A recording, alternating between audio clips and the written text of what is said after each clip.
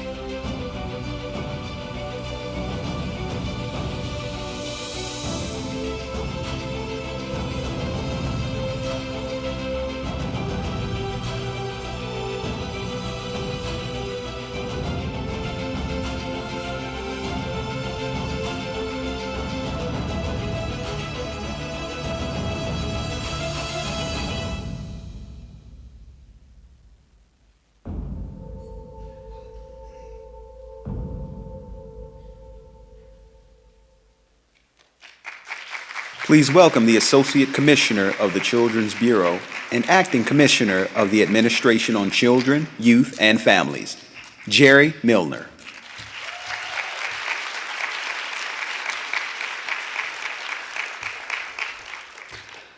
Child welfare stands alone as a system that allows the need for its services to grow without a good faith effort to stem the tide of children and families who need those services. Child welfare stands out in our culture as a system that focuses on picking up the pieces after something has gone terribly wrong, instead of helping families avoid falling to pieces.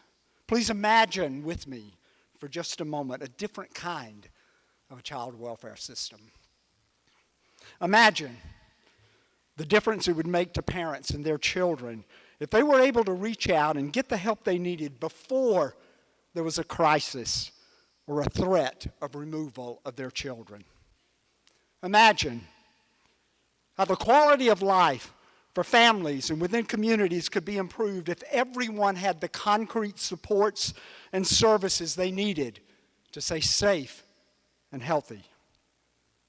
Imagine the difference in the intergenerational experiences of children and families if we focused on preventing the initial occurrence of child abuse and neglect and its resulting trauma, rather than on preventing it from happening again. Imagine the difference in a child's foster care experience if he or she could see her foster family and birth parents working closely together to meet their needs.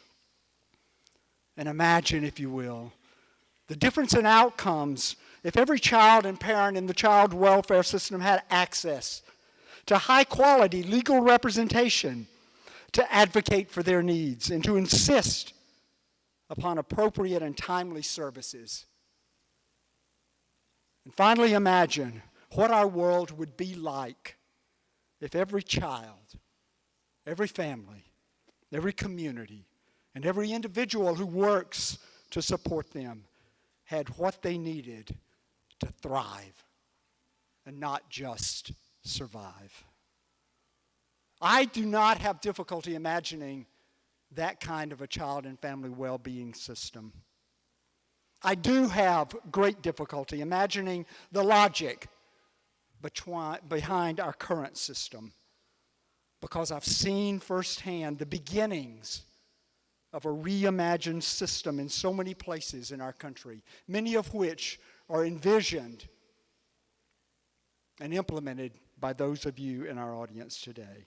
Achieving a new vision for child welfare calls for a fundamental reconceptualization of the mission, the functioning of child welfare systems, nothing less. We also must recognize that the responsibility for transforming our current system into one that truly supports child and family well-being does not belong solely to the Child Protection Agency. Although the agencies must be critical players, we all have roles to play in this critical effort. I've been doing child welfare for more than 40 years, and I believe that not many more things are important than ensuring the safety and the well-being of our children, which at their heart imply the well-being of their parents as well. I know that you believe that as well. Nonetheless, few things are as disheartening to me as hearing child welfare administrators ask me how I expect them to engage in primary prevention on top of all they're currently doing. My response is simple. I don't. I expect you to do it instead of what you're currently doing.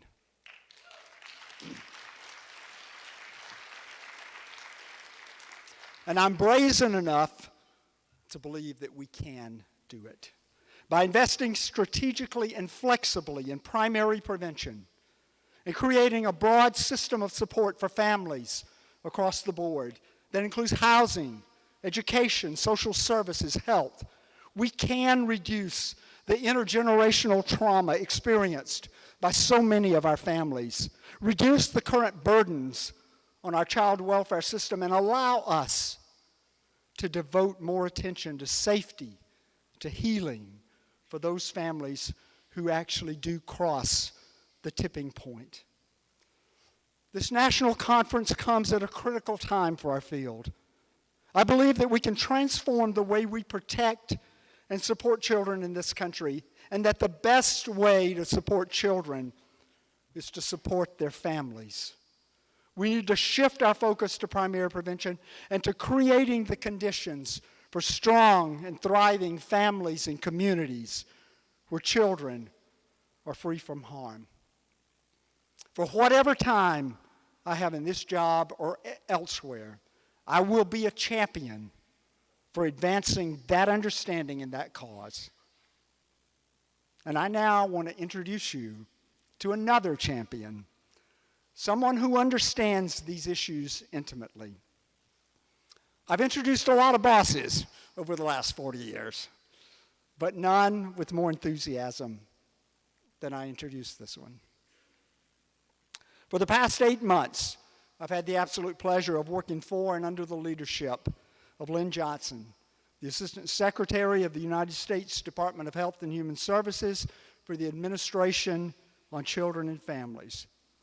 I could read her bio, and there are many things there about her background and experience that would impress you greatly.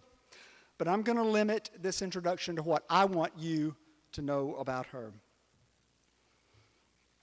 I want you to know that she cares about children and families and sees serving them as her primary charge in her role. She is a servant leader. I want you to know that she is not an administrator who leads from behind a computer, but she is a leader who knows the first and the last names of the parents and their children who our parents serve, and understands completely what we must do to help them thrive. I want you to know that she understands that child welfare is a lot more than child protection, that it embodies family and child well-being, and that regardless of our program responsibilities and our own rules and regulations, we all play a part in ensuring or denying that fundamental well-being. She served in the field like you, and she brings that service to a place that unfortunately is often lacking in real life understanding and experience. To work for someone with her enthusiasm, her vision, her absolute insistence that we do better by children and families is an incredible pleasure and an honor for me. Please welcome our Assistant Secretary for Children and Families, Lynn Johnson.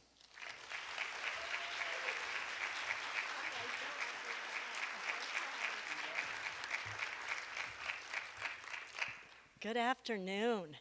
Nobody should have to speak after Jerry Milner talks. That's almost cruel, but he's so good. His passion, his energy, his enthusiasm. I'm so lucky, so lucky. So thank you, Jerry.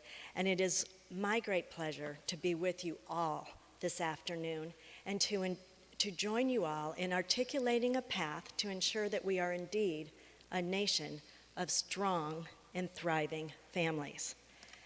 I want to thank Jerry Milner and all of the staff at the Children's Bureau for the work they are doing to transform child welfare into a system that truly supports child and family well-being.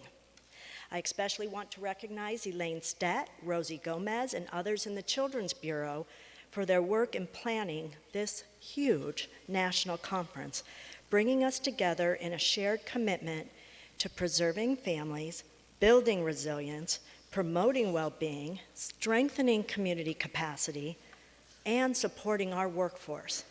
And most importantly, I want to thank each and every one of you for taking the time to be here today and to join us in a huge culture change effort. And I do hope you take this opportunity to learn from each other and take important effort back to your communities. For many, many years, I have been working on integrating systems, collaborating with people, and hearing from those who have been in our systems so that we can improve. So I want to tell you a story that I heard that I thought fits so well with what we're doing today. Next fall, when you see geese heading south for the winter, flying along in a V formation, think about what science has learned about why they fly that way.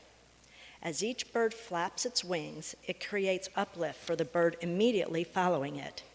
By flying in a V formation, the whole flock can fly at least 71% farther than if each bird flew on its own. Perhaps people who share a common direction can get where we want to go quicker and easier if we work together. When a goose falls out of formation, it feels the resistance of trying to go alone, and quickly it gets back into formation to take advantage of flying with the flock. If we have as much sense as a goose, we will work with others who are going the same way that we are. When the lead goose gets tired, he rotates back in the wing. That should tell us something about ego. And another goose flies on the point. It pays to take turns doing hard jobs for our group. These geese honk from behind to encourage those up front to keep up their speed. And finally, get this. When a goose weakens or is wounded and falls out of formation, 2 geese fall out and follow him down to help and protect him. They stay with him until he is able to fly again. And then they catch up with the group and move forward. So again, if we have any sense of a goose, we would all stand by each other that way. The author on that little story is unknown, but it sure says a lot about what we could do with the child welfare system. We have today an opportunity to transform our system. We can move from a child welfare system that operates in isolation and does not produce the outcomes children and families deserve, to an integrated system of support that creates the conditions for strong and thriving families and communities where children are free from harm. I think that's all of our desire. We all know this must be done. We know it is possible, and we are all here together for the next 3 days to build that path forward. We know that some of the work ahead will be difficult because currently we are often disconnected from one another. We're disconnected from communities, we're disconnected across agencies at local, state, and federal levels. How many of you heard this when you call another agency, "I'm sorry, I can't share that information with you, it's confidential," while you're sitting with a family that's saying, "Please don't make me tell that story one more time." But our commitment to this work has to be fierce. The excuses why not have to stop. And we feel both the opportunity and the urgency to do this is right now. You're never going to see a more passionate commissioner than you have right now with Jerry Milner, who's working to make this happen.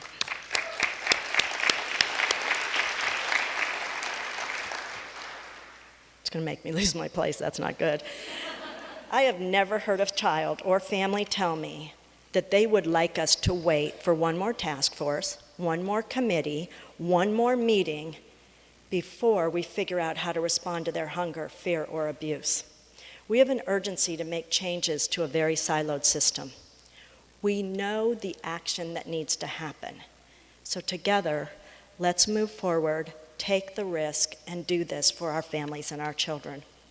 Last year alone, child protection agencies received 4.1 million referrals involving 7.5 million children. That is more than 20,000 children every day. So in the 3 days that we are here at NCAN, 60,000 of those referrals will come in. This should stop us all in our tracks, and it clearly calls for a change in course. Our child protection systems are overloaded. They are responding to the needs of families with young children that we know can and should be met much earlier in our communities, and they are operating in a perpetual crisis mode. Child maltreatment is not a problem that should be or can be owned by the child protection system. We have a public health problem that requires a much more comprehensive solution. The social and economic costs of child maltreatment rival every other major public health issue. We must focus on primary prevention of maltreatment before it occurs. while we simultaneously ensure that those children who have experienced maltreatment and their families get the necessary support and care they need to come back together to live healthy and productive lives. Only by activating broad cross-sector coalitions with no excuses of data sharing, far beyond the Child Protection Agency, will we improve child well-being and address the conditions in the places where people live, learn, work, and play. We have a collective role and responsibility to reduce community risk by disrupting harmful intergenerational cycles and by promoting family stability and self-sufficiency. We need to continue to look at the whole family. We know much of what needs to be done. We need to strengthen our support of children and families. We need to strengthen the capacity of communities. We need to strengthen and support our workforce. We also need to advance broad community efforts to strengthen economic supports for families and advance their economic mobility and self-sufficiency. We need to provide quality care and education early in life. We need to promote healthy child development with a broad understanding of trauma, and we need to reduce the risk of homelessness and housing instability. We need to sometimes remember that the parents we're talking to were the children that we had in our system. These are issues that directly impact all of our agencies, offices, and organizations. These are issues that directly impact the public and the private sectors. By supporting broad community efforts together, we can take on endemic problems like disproportionality, infant mortality, child fatalities. At the federal level, we are redefining our role in supporting communities, reducing barriers to service, and streamlining processes so that families can be successful. We want to advance economically and care for their children. We are incredibly excited about working with all of you to advance this throughout the country. This work requires public and private partnership, including faith-based and non-traditional partners. Government simply cannot do this alone. But having been in the local system and working at the state system, I remember so often saying, if those darn feds would just get out of the way, we could do so much. I'm a fed that'll say, we'll get out of the way if it can help you move bigger, better, faster, more bold to help move healthy communities. And I'm a fed that'll say, I'll come in and help you with TA and assistance. I'm a fed that says, we want to hear you because we want you to hear the community you serve. And we are committing to you that we will walk our talk at the federal level by working integratedly with our federal partners, even if they're not in our own agency. We are committed to work with HUD. We are committed to work with education. We are committed to work with all of the health agencies in HHS. That is historically new, and it will be the first time, but we are already doing it, and we already have examples. One of the things we've done within ACF is to walk our talk, we decided to take action. And we decided that we will work through this with every single department in ACF to start with. So our National Human Trafficking Prevention Group has come up with an action plan. They are increasing primary prevention of child abuse and maltreatment that has ripple effects in reducing seemingly intractable problems like human trafficking. Human trafficking is a form of child abuse, and states are required to respond. There is no single pathway for how children become victims of human trafficking. They may be coerced by peers, recruited by traffickers, directly in person or online. They could be abducted, or they could be sold or forced by their own family members. We know that the experience of child abuse and maltreatment may lead to being a victim for future human trafficking. Children in out-of-home care are particularly at risk of being trafficked. Several studies show that between 50 to 90% of children who were victims of child sex trafficking had been involved in the child welfare system. That is why today, in the Administration for Children and Families, we are rolling out an initiative to develop a robust national human trafficking prevention action plan. We are seeking partnerships with states, tribes, non-government agencies, and the private sector to amplify national and local conversation on what is working to prevent human trafficking and scale out solutions. We seek to collaborate with state and county child welfare systems and researchers to reduce vulnerabilities of trafficking. We want to identify the youth in our care, who are at high risk for human trafficking so we can intervene early on. This is just one of the examples of how we are integrating prevention across programs serving children and families. We know that innovation and flexibility are key ingredients to help us bring this vision to life. That innovation and flexibility must be matched with leadership and with the recognition that primary prevention is our only reasonable, logical, and ethical way to strengthen families to care for their children in safe and healthy ways. So I thank you for being here. I encourage you to take the risks to be bold as we move forward with a new human services department, new human services system, a new human services way that will have such a big impact that we can all look back and say, I remember when the what if happened, and not, well, we thought we could do it, but it was really hard. So some of you have heard me say this before, but I want to read this poem to you that I like to close with, because you are all leaders, and as leaders in this field, it's hard work. But I believe that our systems are moving in the direction that we need to go. So may you have the grace and wisdom to act kindly. May you act not from arrogance, but out of service. May those who work for you know you see and respect them. May you know the wisdom of deep listening, the encouragement of an appreciative gaze, and the decorum of held dignity.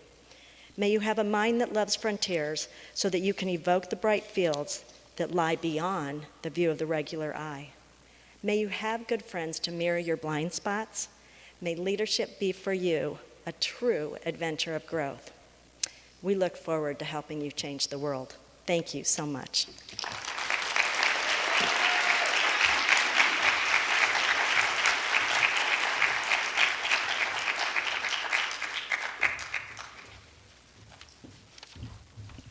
Thank you so much, Lynn.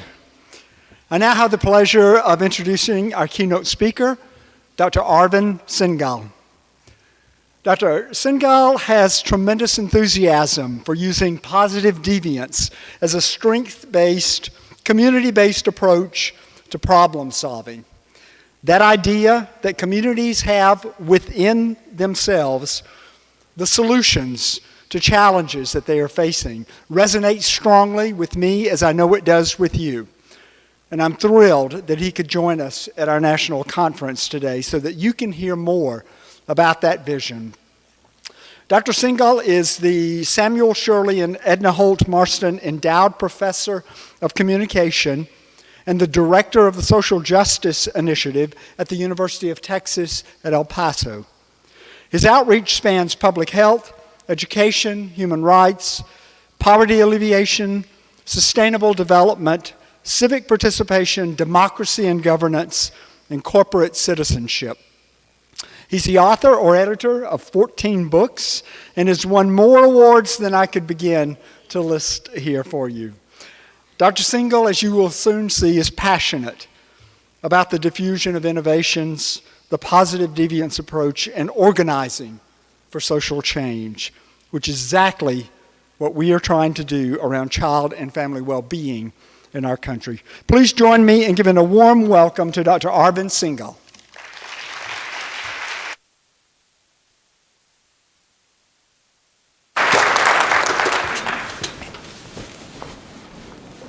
I believe I am wired, so this is just to check. Can people at the back hear me? All right. Can you see me?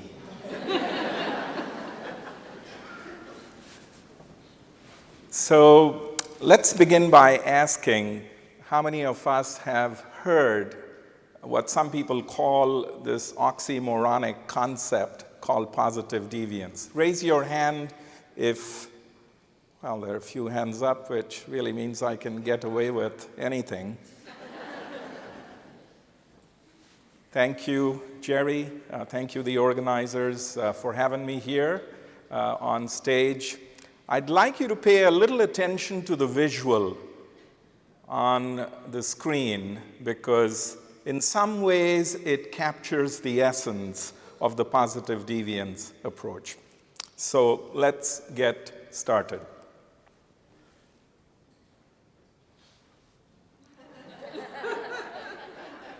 Anthony, I have a blank screen here. Let's try it again.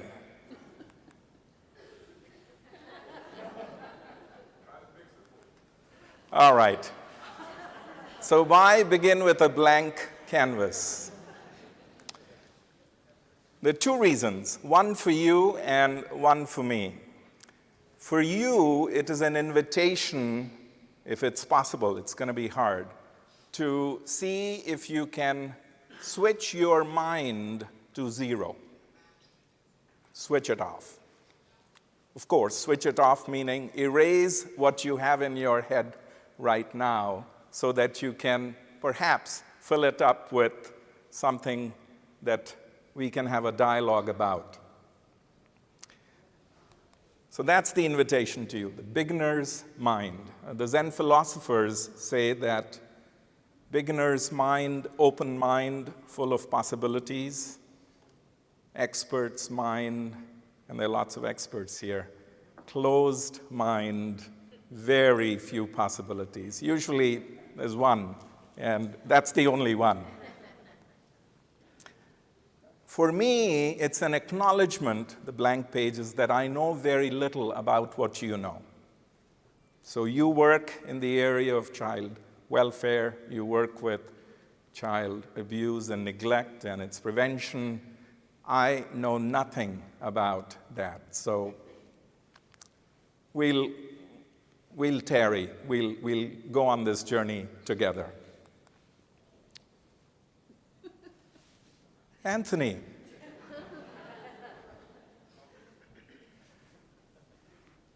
As you can see, the technology is. Does anybody recognize somebody on the screen? We are in Washington, D.C.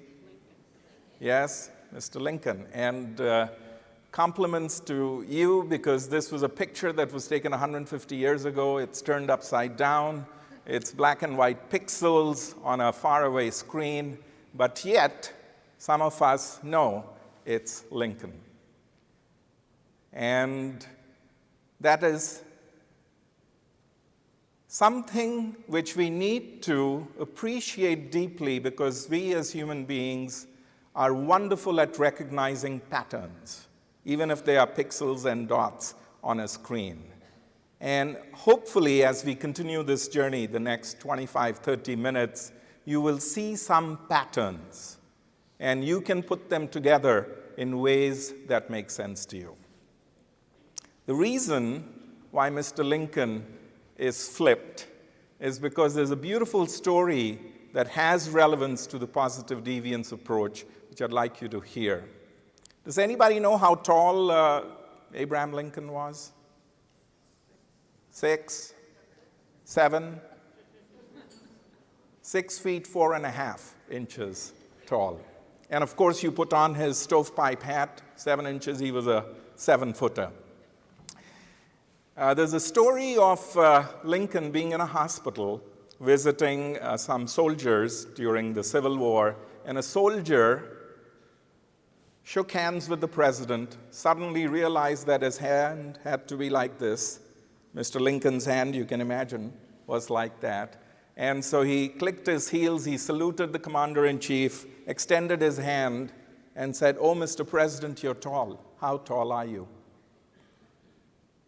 And without batting an eyelid, Lincoln's answer was, "Son, like you, tall enough that my feet reach the ground."